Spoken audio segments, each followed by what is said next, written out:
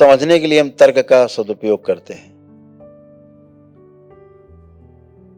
जब समझने के लिए हम तर्क का सदुपयोग करते हैं तो वो तर्क जो है वो तर्क संगत होता है। लेकिन जब हम ठान के बैठे होते हैं कि हमें नहीं समझना है, तो वो तर्क फिर कुतर्क बन जाता है और आदमी कहीं नहीं पहुंचता। वो तो ठाने कि हमें तो विरोध ही करना है, तो वो स्वयं का विरोध करता है। विरोध स्वयं का ही होता है, विश्वास स्वयं पर ही होता है। हमेशा ध्यान रखिए, हम किसी का दूसरे का विरोध कर रहे होते हैं, अर्थात हम अपना विरोध कर रहे होते हैं। हम किसी पर विश्वास कर रहे होते हैं, अर्थात हम अपने ऊपर विश्वास कर रहे होते हैं। मेरे अंदर बहुत विश्वास है, ट्रस्ट है खुद के ऊपर, इसलिए हम दूसरे पर ट्रस्ट कर पाते हैं, विश्वास कर पाते हैं। तो अपने विश्वास को खूब बढ़ाना है, स्वयं पर विश्वास मजबूत करना है। तो स्वयं पर विश्वास होगा कैसे? जब समाधान आपको दिख जाएगा, किसी प्रश्न का उत्तर दिख जाएगा, किसी समस्या का समाधान दिख जाएगा, तो आपका विश्वास अपने आप बढ़ जाएगा। कोई समस्या आपके सामने आई, आपको उसका समाधान दिख गया, तो अपने वो ट्रस्ट आ जाएगा, अरे ठीक है कर लेंगे। तो हमेशा समाधान की तरफ जाना है, समाधान ढूंढना है। केवल प्रश्न के ही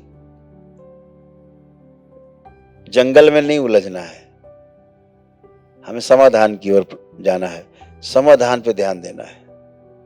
और जैसे हमें समाधान होता है, हमारे को समाधान मिलता है, फिर हम परिवार की ओर ध्यान दे पाते हैं। सबसे पहला जो हमारा विश्वास जब जमता है अपने ऊपर, तो हमारा सबसे पहला ध्यान अपने परिवार पर जाता है। परिवार पर जैसे ही ध्यान जाता है, तो परिवार को समृद्ध करने का भाव सबसे पहले आता है। कैसे हमारा परिवार समृद्ध हो, समृद्धशाली बने, ताकि रोजी रोटी की कोई कमी ना हो, घर द्वार की कमी ना हो, वस्त्र आभूषण आदि की, भोजन आदि की कोई कमी ना हो। कोई कमी नहीं है, यानी कोई अभाव नहीं है। अभाव का भी जब अभाव हो जाए, तो समझ लो समृद्धि आ गई है।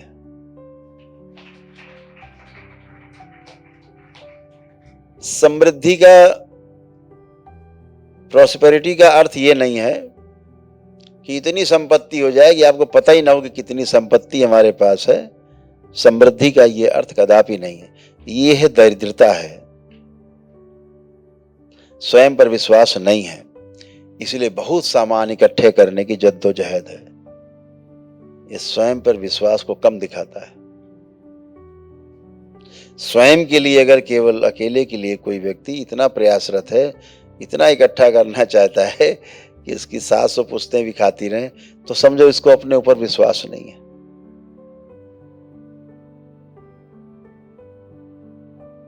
तो जैसे ही अपने ऊपर विश्वास आता है, परिवार को अपने हम समृद्ध बनाना चाहते हैं। और जब आपका परिवार समृद्ध होता है, प्रत्येक व्यक्ति समाधानित होता है, अपने परिवार को समृद्ध करता है। ऐसे तमाम समृद्ध परिवार मिलकर के एक समाज बनता है।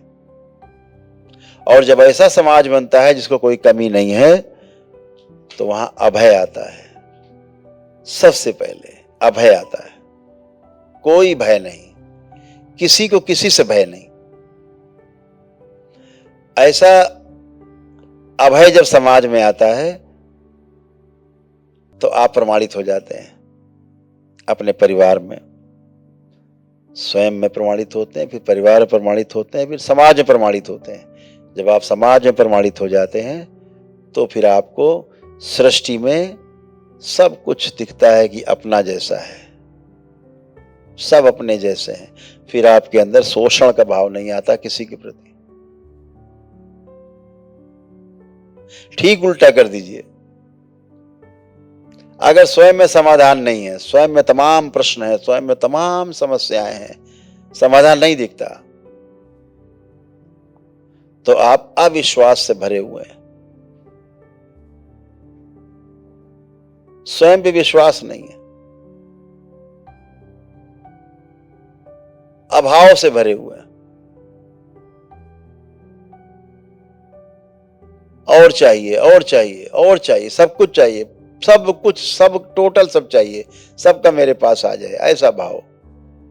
यह दरिद्रता का भाव है, दरिद्र होने का भाव है। सब कुछ होने के बावजूद भी कम लगे, समझो यह व्यक्ति दरिद्र है।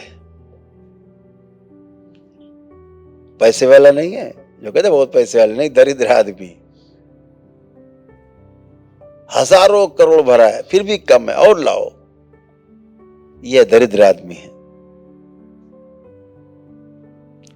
मेरे पास जितना है मेरी आवश्यकता से अधिक है, ऐसा दिख जाए पीछे,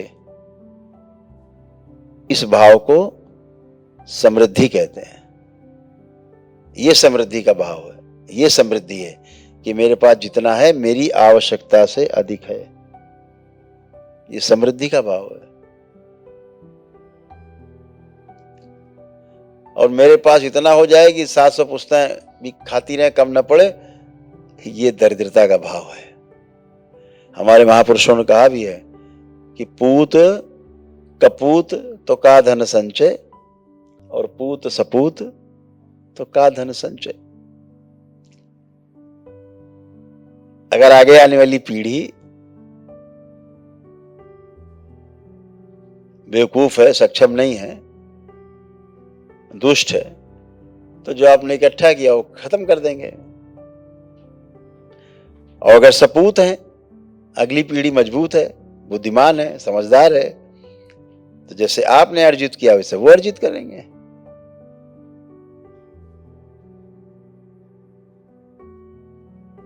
महापुरुषों ने सब कुछ कह डाला, अनुभव के आधार पे कहा। तो ठीक उल्टा क्या हुआ कि जब स्वयं में समाधान नहीं है, स्वयं पर विश्वास नहीं है, तो परिवार में समृद्धि कभी नहीं आएगी, परिवार में कलह होगी। ऐसा आपका टूटा फूटा परिवार, ऐसे तमाम टूटे फूटे परिवार मिलकर के जब समाज बनेगा तो सब में अभाव रहेगा, सब एक दूसरे का लूटने की कोशिश करेंगे, तो भय बना रहेगा पूरे समाज में। और समाज में भय रहेगा तो आपके अंदर शोषण का भाव रहेगा, आप सिर्फ शोषण कर सकते हैं, फिर पोषण का भाव नहीं रहेगा। इसलिए स्वयं पर विश्वास होना बहुत आवश्यक है।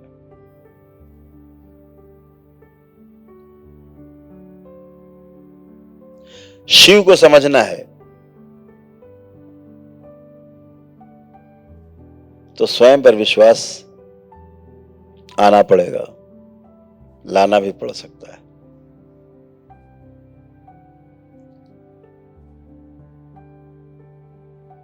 और कोई रास्ता नहीं शिव को समझने के लिए।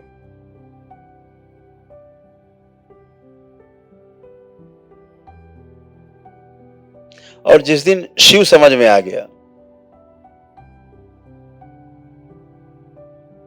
उस दिन जितनी भोलेनाथ की लीला है सब आपको समझ में आ जाएगी, सारा स्थूल में। सूक्ष्म से स्थूल में ही सब है। इस पृथ्वी पर भोलेनाथ जैसे दिखाते हैं, चित्रों में देखते हैं, आप कथाओं में देखते हैं, अपने परिवार के साथ हो सकता है आपके बीच में उपस्थित हो, कहीं मिल जाए आपको। स्थूल में रह रहे हैं भोलेनाथ, तो स्थूल में रहते हैं, लेकिन शिव को समझने के लिए स्वयं पर विश्वास पैदा करना होगा।